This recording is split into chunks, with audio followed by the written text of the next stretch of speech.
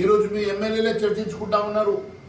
ముఖ్యమంత్రిని హైకమాండ్ విస్మరిస్తుందని, ముఖ్యమంత్రిని హైకమాండ్ పట్టించుకోవడం లేదని, ముఖ్యమంత్రిని ఖచ్చితంగా త్వరలో మారుస్తారని చెప్పేసి మీ ఎమ్మెల్యేలు మాట్లాడుకుంటున్న మాట వాస్తవం కాదా?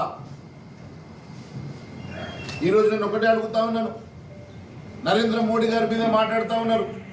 నరేంద్ర మోడీ గారిని దించుతా అంటున్నావు.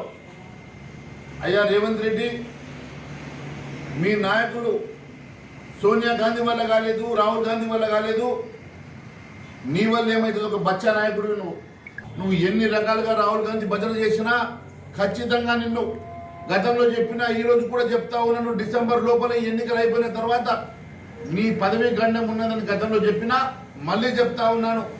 ఈ స్థానిక ఎన్నికల తర్వాత డిసెంబర్ లోపల రేవంత్ రెడ్డి ముఖ్యమంత్రిగా దిగిపోవడం ఖాయం. కొత్త ముఖ్యమంత్రి రాబోతా ఉన్నాడు తెలంగాణ రాష్ట్రానికి. నేను మరొకసారి తెలియజేస్తా ఉన్నాను. ఈరోజు నీవు చేసే అవినీతి అంతా కూడా మీ నాయకుల దగ్గర చిట్టా ఉన్నది. నువ్వు చేసే డ్రామాలంతా కూడా మీ నాయకులకు అర్థమైపోయింది. నువ్వు ఎన్ని రకాలుగా డ్రామాలు చేసినా నిన్ను గద్దె దించడం ఖాయం. కేవలం రాహుల్ గాంధీ మెప్పు పొందడం కోసం నువ్వు చేస్తున్నటువంటి డ్రామాలన్నీ కూడా మీ హైకమాండ్కి చేరినాయి.